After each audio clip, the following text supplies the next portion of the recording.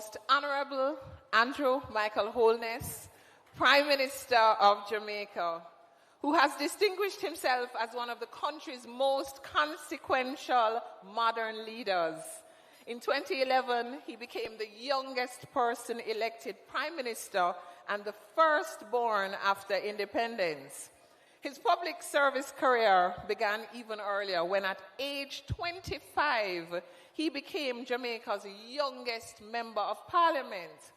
Over nearly 3 decades of elected service, he has held key leadership roles across government while championing national development and institutional strengthening. Since returning to office in 2016, Prime Minister Holness has overseen a period of significant economic transformation. Under his leadership, Jamaica has achieved historically low unemployment, substantially reduced public debt, strengthened international reserves, and enhanced investor confidence. These gains have been achieved through disciplined fiscal management and a commitment to sustainable, people-centered growth, while advancing reforms to modernize government services and expand digital access through initiatives such as the National Digital Identification Program.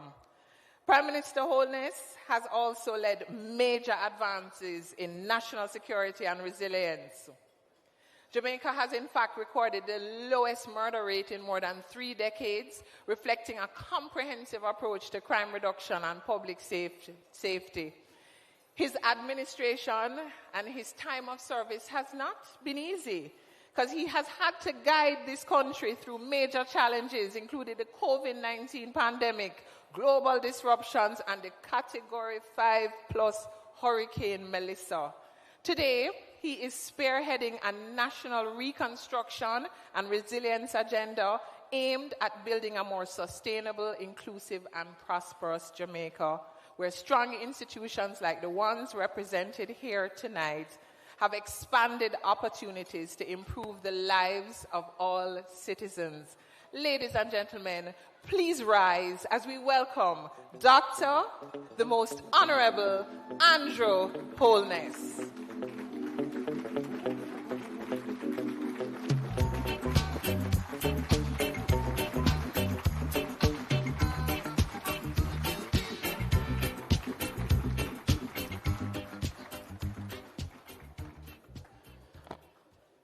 Thank you, Madam Master of Ceremonies, for your wonderful mastery of the ceremony. And let me thank you for that very kind introduction. It's always good to hear of the good things you do.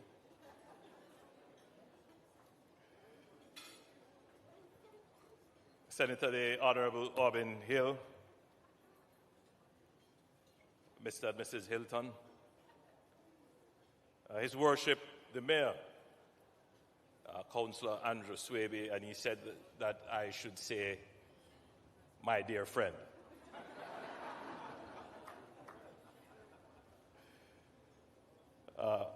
Emile and Janelle, a lovely couple. And Emile, I do admire the work that you do, and congratulations on your presidency of the Chamber of Commerce.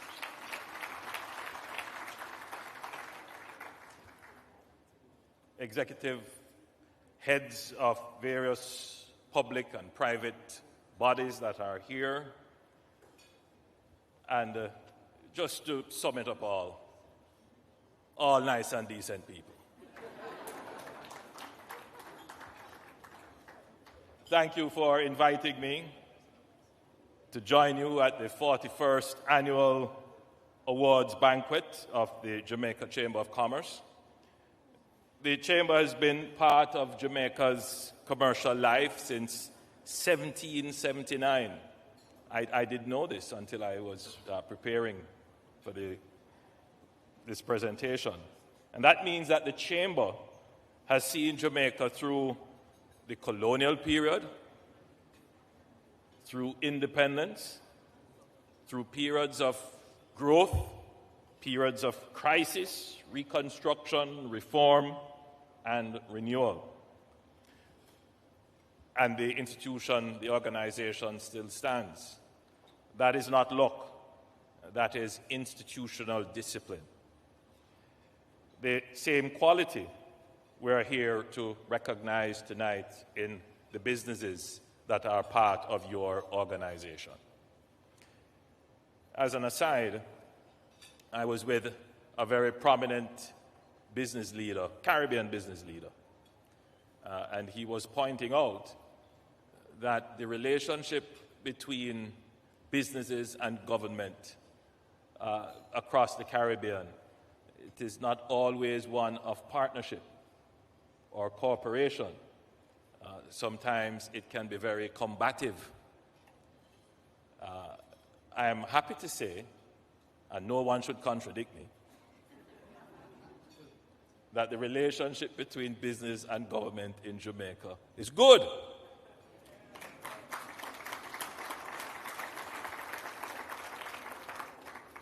It is one of great cooperation. I certainly have taken the stance that business is not the enemy, that we should not make business people feel as if they are exploiters, that we must support our business people, we must promote entrepreneurism, we must celebrate people who make profit, and we must celebrate people who make profit and give back even more. We must see businesses as integral to the growth of our country. The greatest mistake is to believe that government can grow the economy. Government can't grow the economy. The economy is grown by businesses.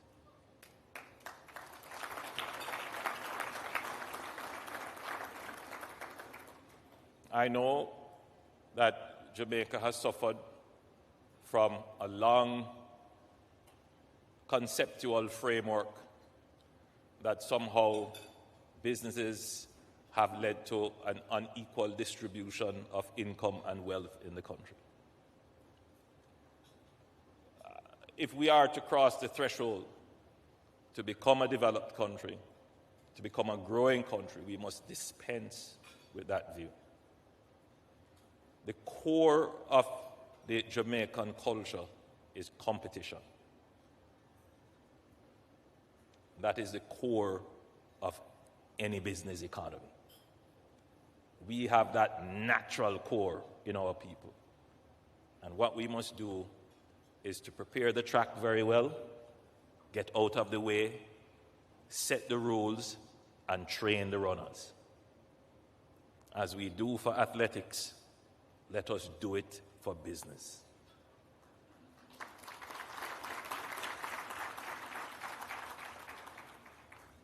So that was not in my script. Just sharing with you some thoughts. So the last few months has not been an easy road.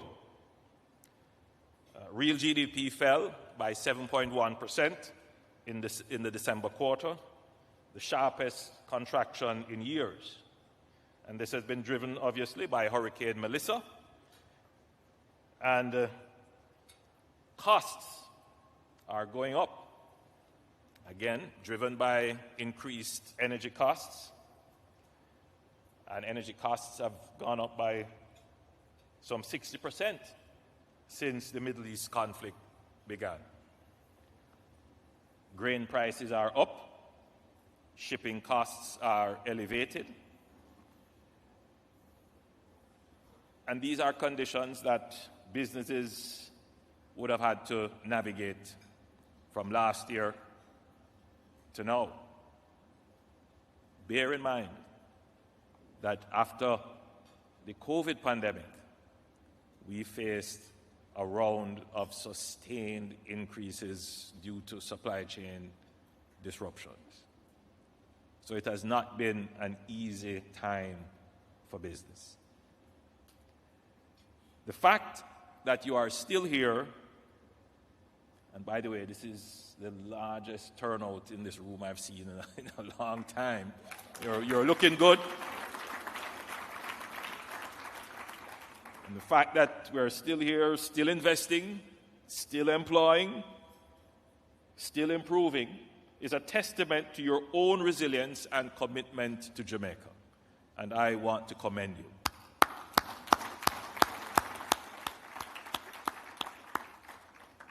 Despite all the challenges, there is also good news. There is a lot to be proud of. Unemployment remains at record low. Inflation is back within the BOJ's target band.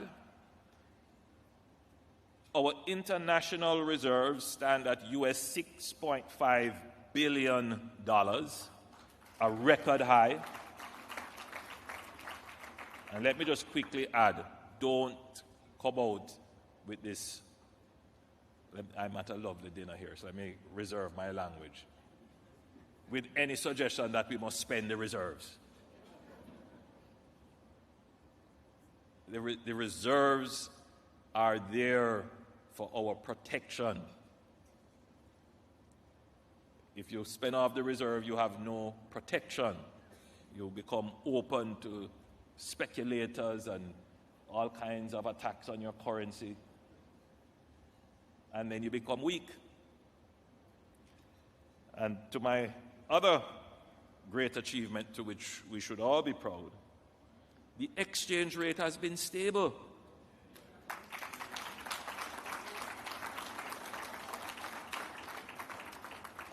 Sometimes we forget that there was a time when our exchange rate was unstable. And it has been stable now, going through all kinds of crises.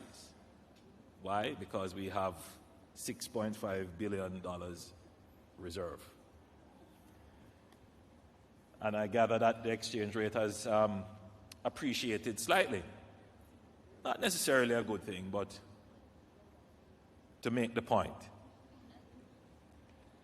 All three major credit rating firms have reaffirmed our credit rating after Hurricane Melissa.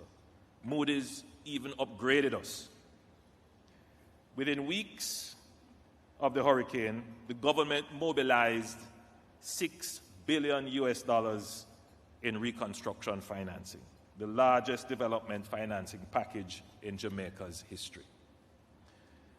Now, that didn't happen because of sympathy. It happened because the world watched us navigate 6 years of compounding crises and concluded that our institutions were credible and our commitments would be kept. So we not only have a reserve of funds in the BOJ, we have a reserve of credibility in the Ministry of Finance.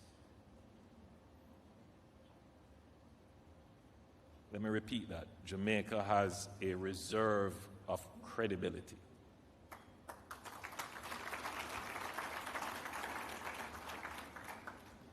And that credibility had immediate, tangible consequences. Within weeks after Melissa, the government was able to write a check for $150 million to the Jamaica Public Service Company to restore electricity to the country. That we were never in such a position before to be able to do that. And there might be those wondering, was that a good thing? You? I mean, especially after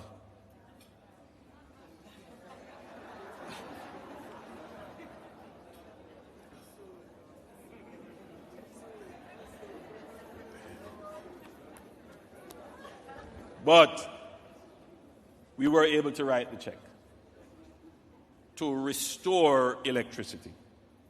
So for a family sitting in darkness, for a farmer watching a season slip by, for a small business that could not open its doors,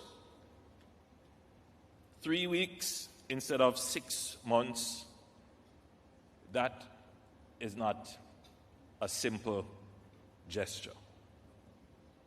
It is profound for the restoration of lives and livelihood.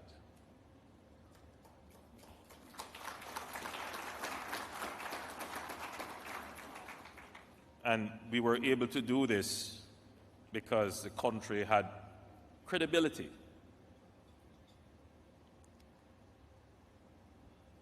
Agricultural output has rebounded faster than projected. The Bank of Jamaica's initial outlook for economic recovery from Melissa was 3 to 4 years. It has revised that now to 2 to 3 years. We have also made historic improvements, as was said earlier, in public safety. After a 42% reduction in 2025, murders are now down a further 22.5% year to date.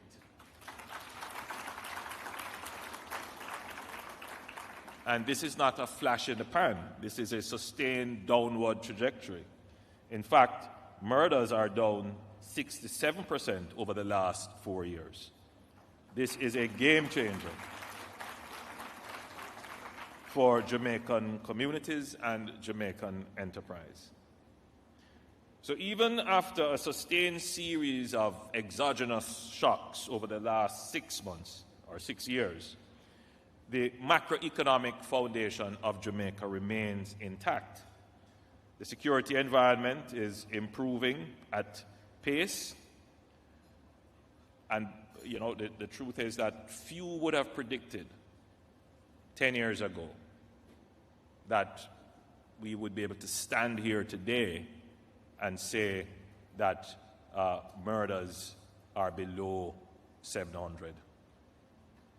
Now, if you were to just think about it, 10 years ago, would you say that 10 years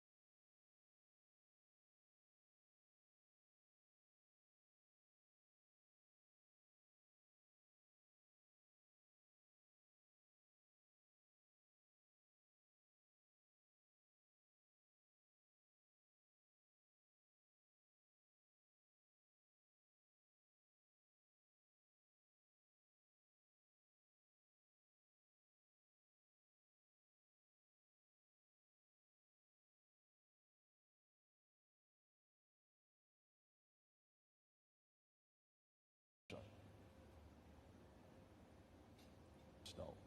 That's a challenge for all businesses who meet upon a shock. Your market has changed, the technology has changed, you're facing closure, bankruptcy. As a manager and entrepreneur, you have to pivot, you have to look How do you repurpose? What's the next big thing that I could invest in? How do I repurpose and reposition capital? The same challenge you face as businesses coming out of a disaster, it's the same challenge that the government faces. So, this is where the National Reconstruction and Resilience Authority becomes central. After a major shock, the temptation is to patch what was broken and move on. That's the thinking of many Jamaicans. So just fix what is broken and move on. Jamaica has done too much of this over many years. A road washes away, we repair the road. A bridge fails, we replace the bridge. The water system breaks, we just simply restore service. And that seems logical. That's what we should do. That's what the average person in the public would be clamoring for.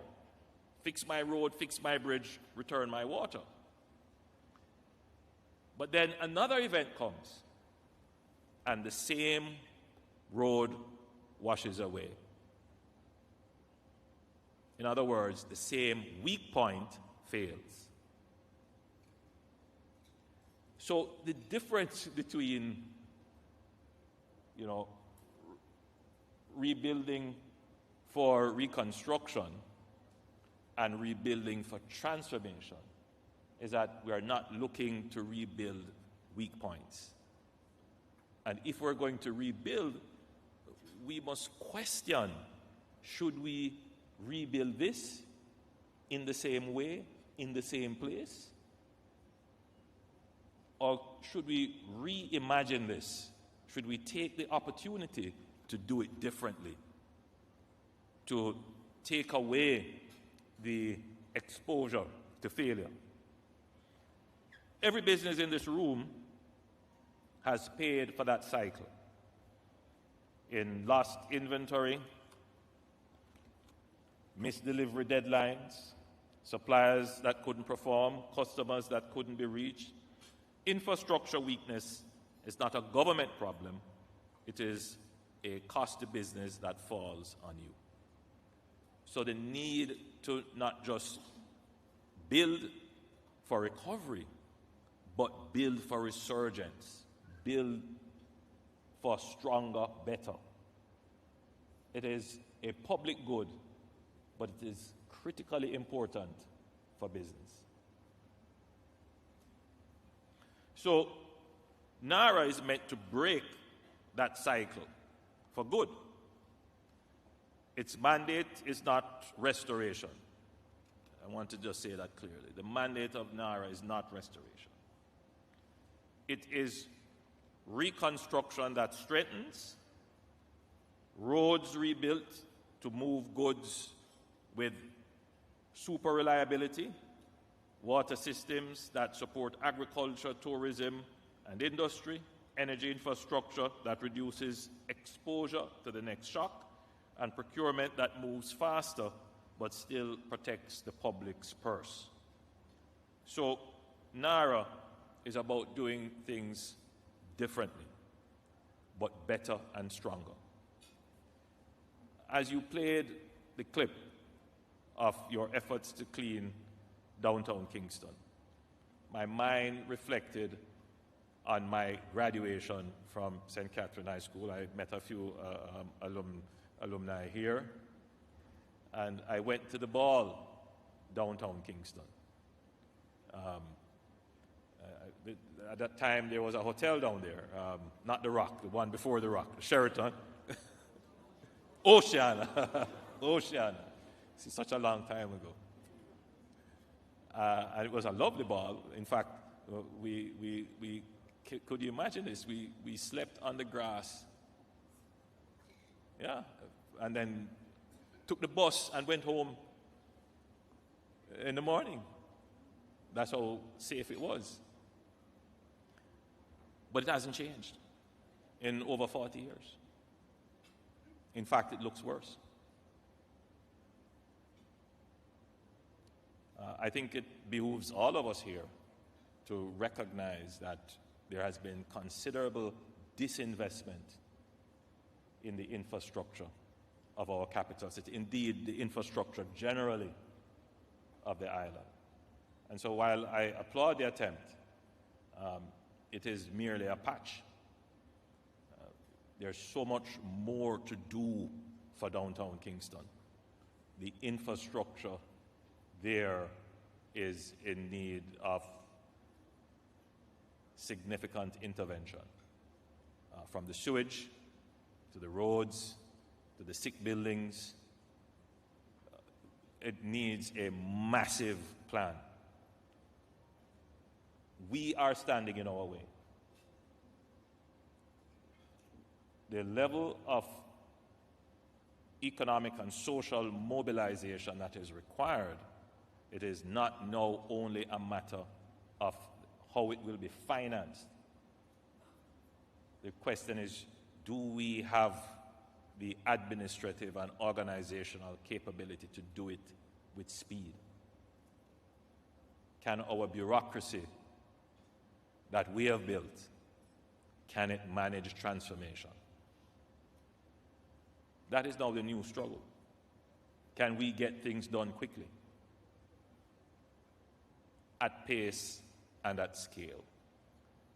And that is why we needed to have created NARA, because the current bureaucracy simply could not take on the transformation that will be required in the recovery from Hurricane Melissa.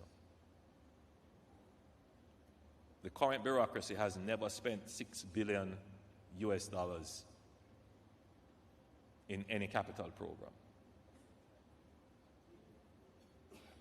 Think about it. And that is why we had to create literally a new framework to manage it. So, speed matters, so does discipline. Jamaica has no shortage of plans. What we need now is execution at a higher standard and a faster pace. The private sector is not a spectator in this.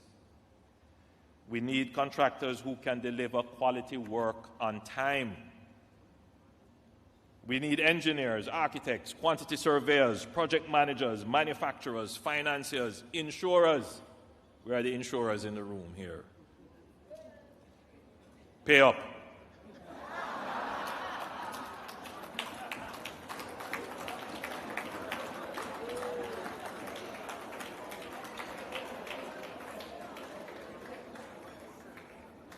We need companies that will compete fairly, price honestly, hire locally where possible, and meet the highest standards.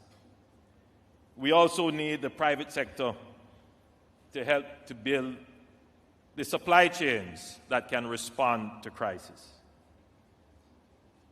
You know, I commend the private sector for coming together immediately in the aftermath of the hurricane.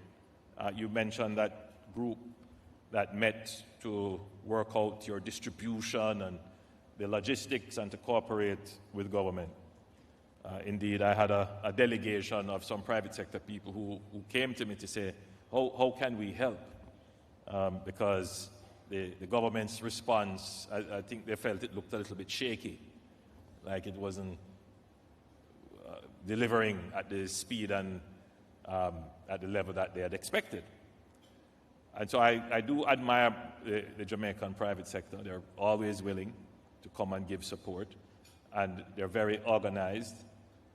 And I commend the Jamaican private sector because you got your distribution networks up and running very quickly. And in fact, that is what triggered a very quick restoration.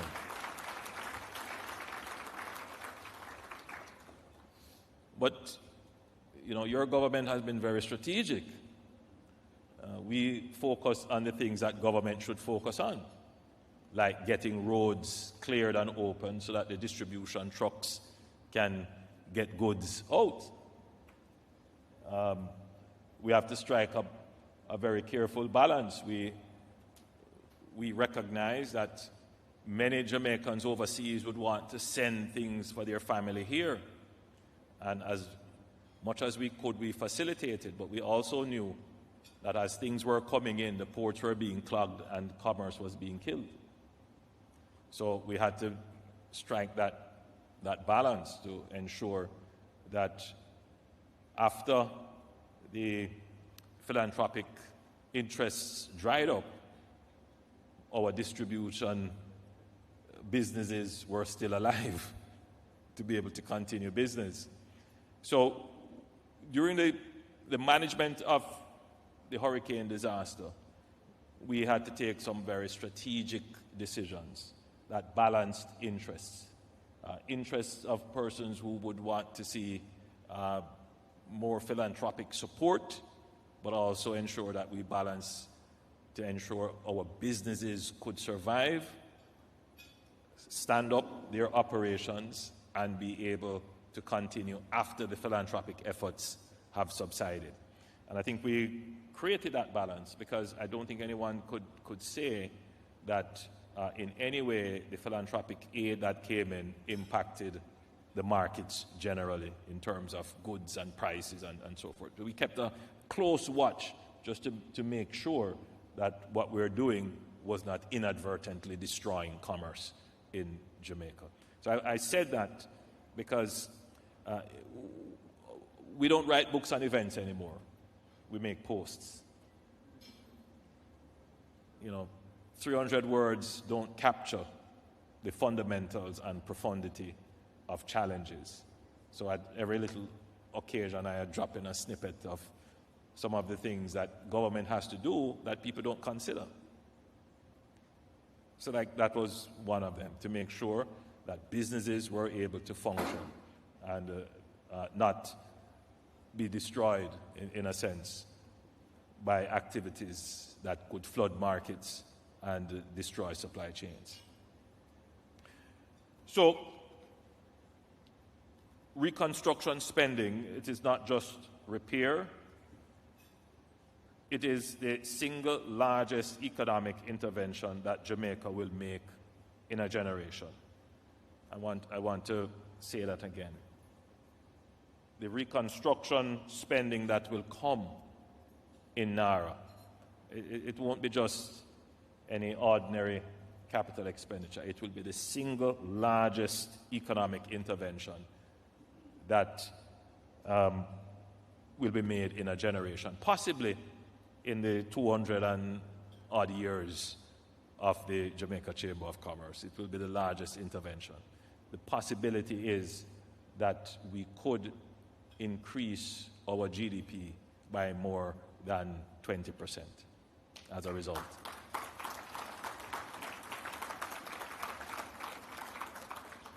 Every dollar spent on rebuilding this country is an opportunity to do more than restore what existed before. We are not rebuilding the old Jamaica. We are building the foundation of a new Jamaica, more competitive, more resilient, less exposed to the next shock. That means roads built not just to carry today's traffic, but to open new corridors for commerce, logistics, and housing. Water systems designed not just for current demand, but to meet agricultural expansion and expansion in tourism. Energy infrastructure that reduces our dependence on imported fuels and locks in lower costs for households and businesses for decades to come. And this is a big challenge, the challenge of energy. JPS is here. We are going through negotiations now. The intention is to lock in with a license certain changes that will see tangible reductions in electricity and energy costs for households and businesses.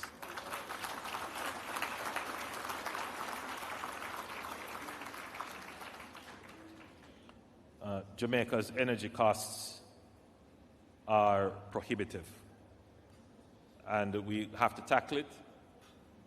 We must make substantial improvements in it, but we cannot place all our hopes for reduction on a renegotiated license. We must now explore in meaningful ways the large-scale deployment of alternative energy sources, and we must prepare ourselves to be able to deploy nuclear technology, because nuclear technology is becoming the de facto clean energy resource. So we have to put ourselves in that position. And it's not going to be long.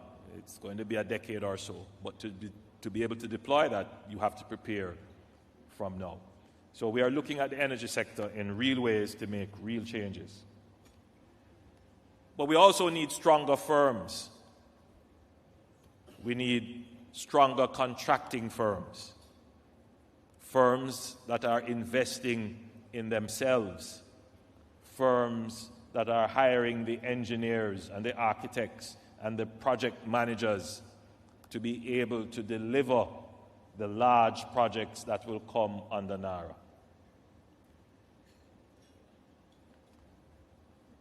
But since I have this room, NARA is not only about government expenditure. There may be in this room companies that have projects that they want to have executed. NARA is that platform. We have stated that if you have a project, 15 million US or above, and it fits within the reconstruction and resilience, it is in alignment with any of the other projects that the government is doing, come to us. Utilize the NARA platform for approvals and processing and potential also for financing. And let us crowd in the private investment with the public investment. In other words, the $6 billion that the government is hoping to deploy could easily be multiplied by several factors over if the private sector is fully mobilized for this effort. So I'm using this opportunity to plant the seed in your minds, to start to think about all those projects that you have developed, but you have put in file 13. Now may be the time to pull them, dust them off, revisit them, and see whether or not they can be crowded into the NARA investment train line.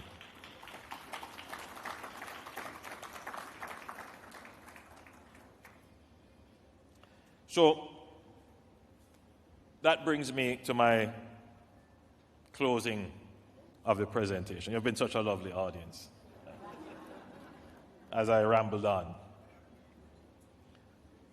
Productivity. So we have dealt with violence, fiscal discipline, resilience building, and now we're building resurgence. But the elephant is in the room, which we don't speak of, is that of Jamaica's productivity. We are the third lowest in terms of regional productivity. Many issues wrapped up in that, but I would just like to say that productivity is the heart of growth. It is how we turn effort into value. It is how wages rise without pushing prices out of control. I want to repeat that.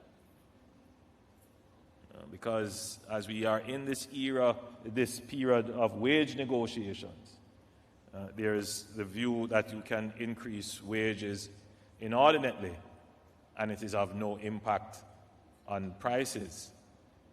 If wages don't match productivity and you increase wages, it's inflationary.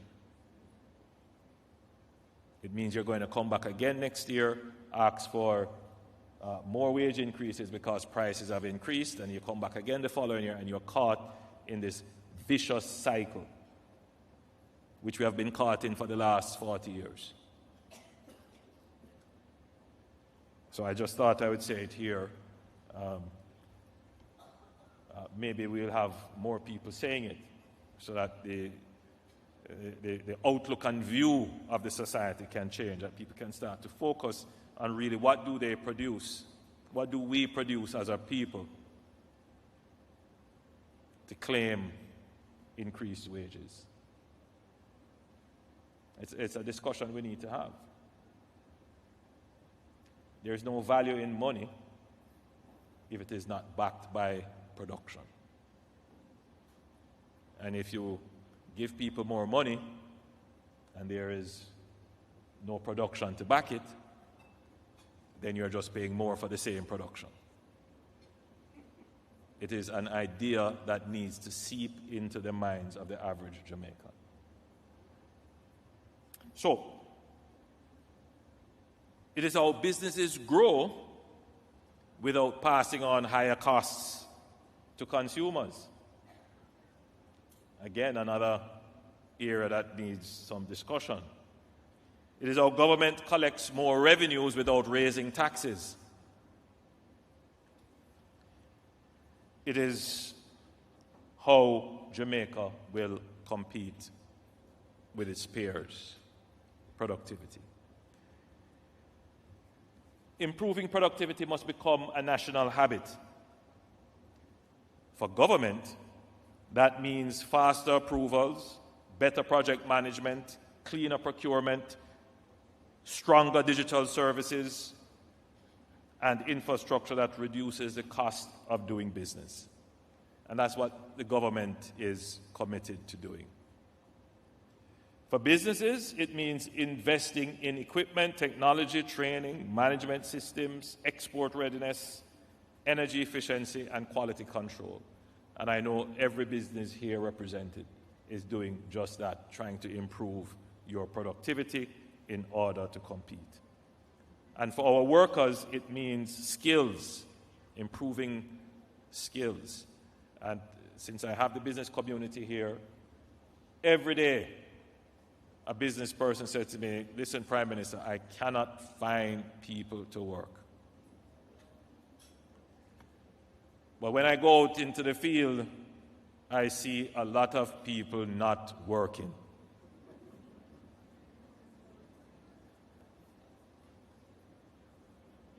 It is a challenge for businesses, and it is indeed, at this point, a constraint on growth. The question is, how do we attract the people who have decided to withhold their labor? How do we attract them into the labor market? It is a national conversation that must be had. But as our country grows and our economy grows and we approach full employment, which we are almost at full employment, we are going to have a new labor policy and a new policy on work because the current situation is indeed constraining on your output and your efficiency.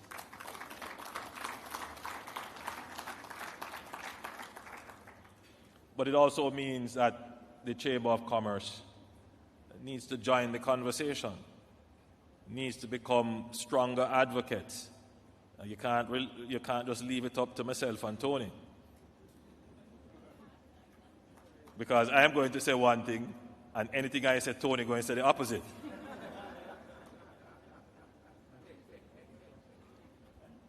So we need to hear the voice of the business community to not just advocate for your position, but to have a conversation with your employees and your customers, to speak generally so that the entire Jamaica can understand where we are today. It is totally different from the 70s. Where we are today, Jamaica could become Dubai or Singapore, where if our economy grows, we might have to bring people in to keep the economy turning over. Yes, and can you imagine that Jamaica has reached that stage? It is how Cayman has grown, Antigua is growing, all of these other countries that have taken our labor to build their industries. We mustn't see ourselves as closed, insulated, xenophobic, isolated. We have to see ourselves as a country where people want to come and live, and we must embrace them. Get the crime down, get the efficiency up, clean up the streets, start the reinvestment. You won't have a hand to sell Jamaica.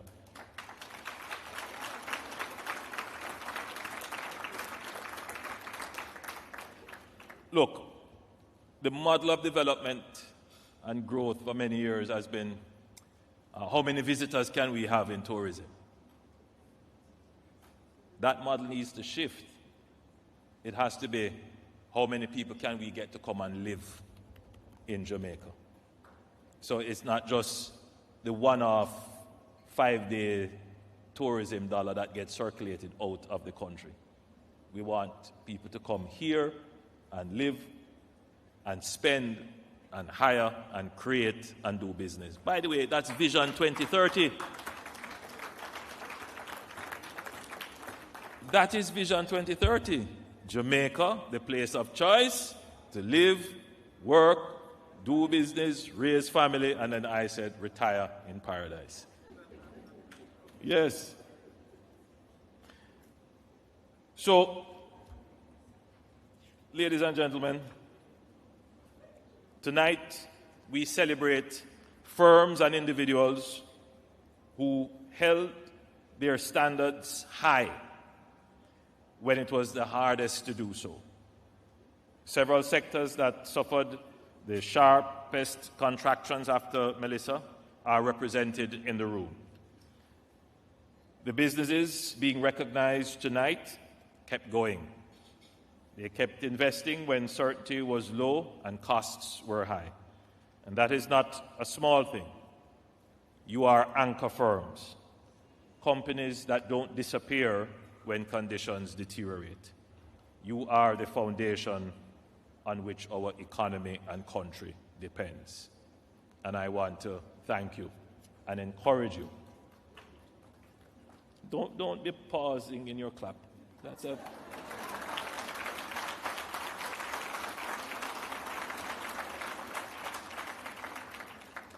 Government will continue to protect economic stability. We will continue to invest in infrastructure. We will continue to confront crime. We will continue to support our reconstruction through NARA, and we will continue to work with you. But we need you to keep investing, keep training, keep exporting, keep improving, and of course, keep holding the government to account. And remember, you have to also hold yourselves to account. So let us build roads that carry commerce. Let us build firms that can compete beyond our shores. Let us build workers who are ready for the economy, and that is workers that are productive and creative. Let us build a country that can take a shock, quickly recover, and accelerate its growth. The Jamaica Chamber of Commerce is our partner. We respect you and we support you. Thank you for your leadership across 247 years of Jamaican commercial life.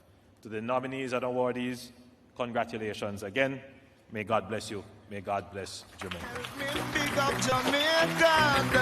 Thank you to Dr. the Most Honourable Andrew Holness, leading the charge for building the foundation of a new Jamaica. We have the reserve of credibility. We have built resilience in our economy.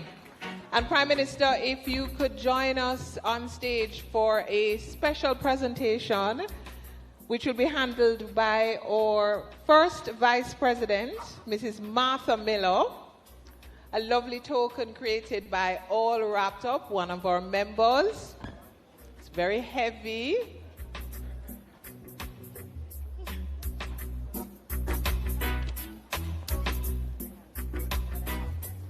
As the Prime Minister collects his token, We are all recognized as all nice and decent people here at the Jamaica Pegasus.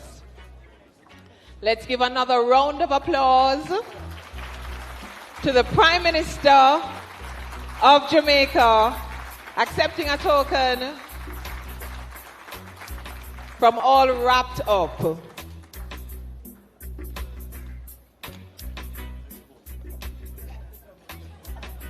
We're giving the Prime Minister more work tonight. So, ladies and gentlemen, at this time, we acknowledge tonight's generous sponsors.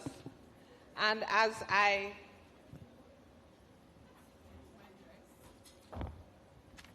announce our sponsors, because we want them back again next year, we want bigger contributions next year, I'm going to ask you to please give them some loud cheers, show them the appreciation. Our title sponsors, Flow, Liberty Business.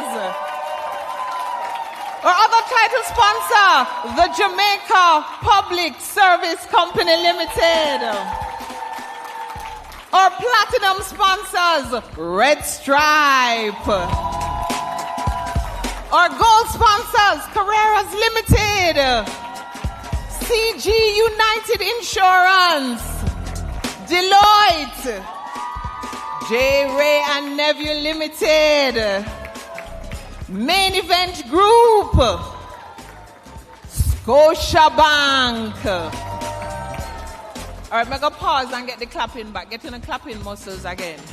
So we're at our silver sponsors, Chas E. Ramson Limited, Jaguar Land Rover, and Sherwin-Williams. Our bronze sponsors, Action Coach Jamaica, Bioregeneration Integrated Medical Supply, Delta Supply Limited, Digicel Jamaica, Garrick Communications, the Jamaica Pegasus Hotel, Lithographic Printers, Madison Chai, Money Musk Rums, Physical Therapy Solutions, and we're going to need them for those clapping muscles, Prodigy Systems Limited, Prescient Consulting Services Limited, Texaco Jamaica. Ladies and gentlemen, please continue the applause for our amazing sponsors.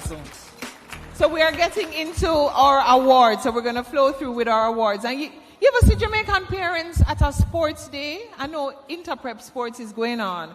And you know when you see a little child out there and you say, watch boo-boo, run boo-boo. When you hear the nominees, that's how I want you to cheer them on like how you cheer on boo-boo. So, our first set of awards, Resilience in Action. So, our Resilience in Action honors, these are some special recognition that we're paying tribute to individuals and organizations whose leadership, service, and commitment were instrumental in supporting Jamaica's recovery following Hurricane Melissa. This evening, the Chamber is proud to present the Resilience in Action Award to 7 deserving recipients. I'm going to ask Diane Ashton Smith, Head of Corporate Affairs from Red Stripe, to join me on stage for the presentation to the first 2 Resilience in Action honorees. Ladies and gentlemen, please put your hand together for a lady who goes by the name Mrs. Lisa Bell. She is being recognized for her leadership in safeguarding access to financial services and remittance channels, ensuring continuity for businesses and citizens with the challenges that arose with the hurricane. Mrs. Lisa Bell. Where's Lisa?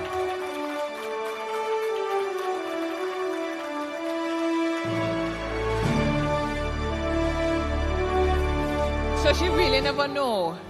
So while we wait on Lisa, you know, since we're on Lisa's, why we don't just award another Lisa?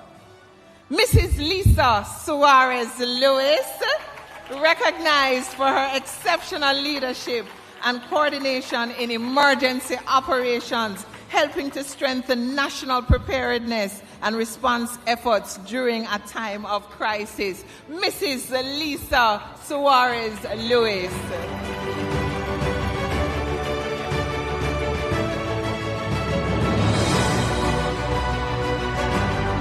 I'm going to ask the awardees to just wait by the side so we can get our group picture at the end. Thank you very much, Diane. Mr. Emil Leiber, your feet. Come back up here, sir, please.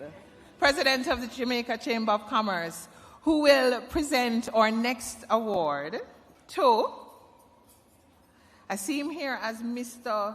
Jamie Ogilvy, but I know he also goes by Colonel Jamie Ogilvy, recognized for his steadfast leadership in supporting the resilience and continuity of Jamaica's agricultural sector amid challenging conditions. Ladies and gentlemen, put your hands together for Jamie Ogilvy.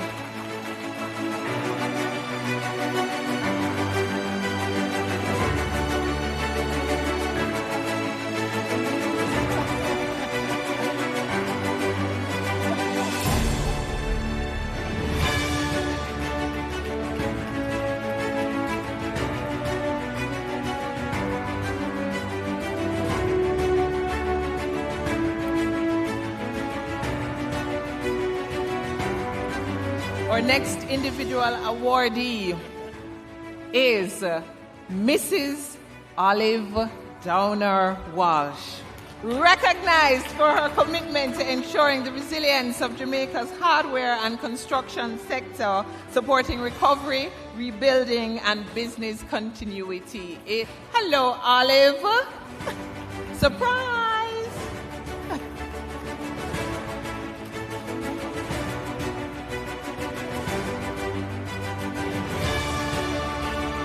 Ladies and gentlemen, these individual honors go to persons who pretty much did not sleep in the aftermath of the hurricane. Another person that's here who is not being awarded, but who we must acknowledge is the indefatigable Mr. Larry Watson. One Larry Watson, never two. Thank you very much, Emile. Mr. Prime Minister, if you would kindly join me on stage to recognize 3 of our Corporate Resilience in Action honorees.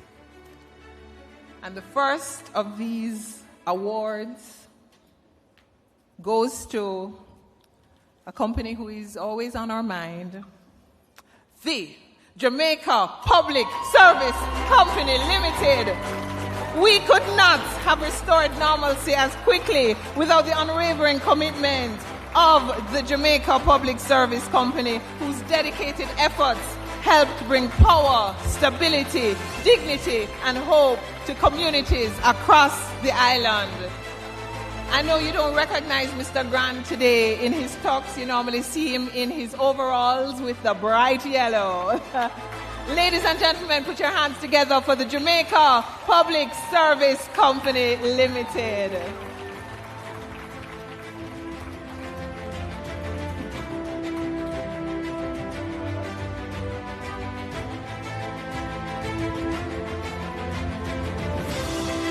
We also,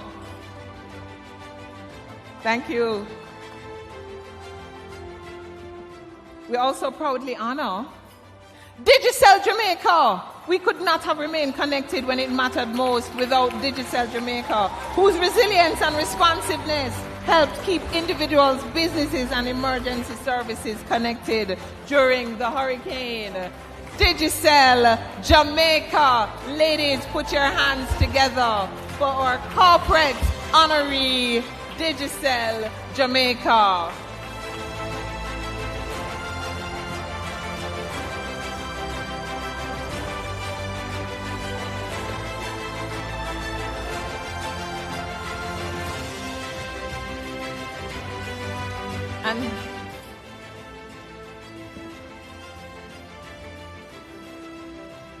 And just in case anybody else was wondering, there are 3 awards. So I see Flo over there wondering, what about us? Ladies and gentlemen, Flow Jamaica Limited. We could not have maintained critical communication and connectivity without Flow Jamaica, whose steadfast support and infrastructure resilience played a vital role in keeping Jamaica connected through periods of disruption.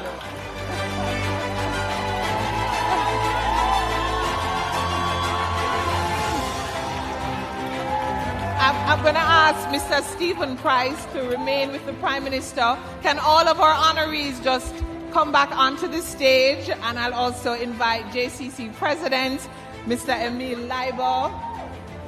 Ladies and gentlemen, our honorees, Mrs. Lisa Bell, Mrs. Lisa Suarez-Lewis, Mr. Jamie Ogilvie and Mrs. Olive Downer Walsh, joined by our corporate recipients, Jamaica Public Service Company Limited, Digicel Jamaica, and Flow Jamaica.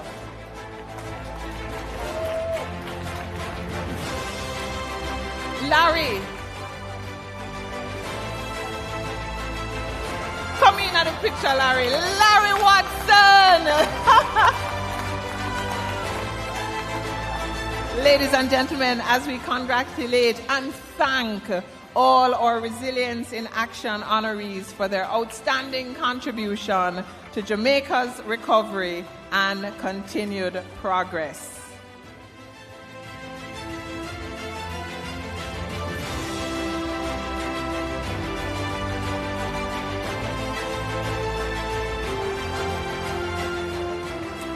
As we continue with our awards, I'm asking the nominees, make sure you have those teams ready. Everybody ready. Decide who is coming up to take that photo. Because the Best of Chamber celebrates excellence in performance, innovation, and best practices across the business community. This year, we have 24 outstanding nominees across 5 categories: micro, small, medium, large, and extra large. And these honors awards JCC member companies that have demonstrated the highest standards in corporate leadership. Let me now invite Donna Stewart, Assistant Vice President, Corporate Affairs, Main Event Entertainment Group. She will present the Best of Chamber Micro category.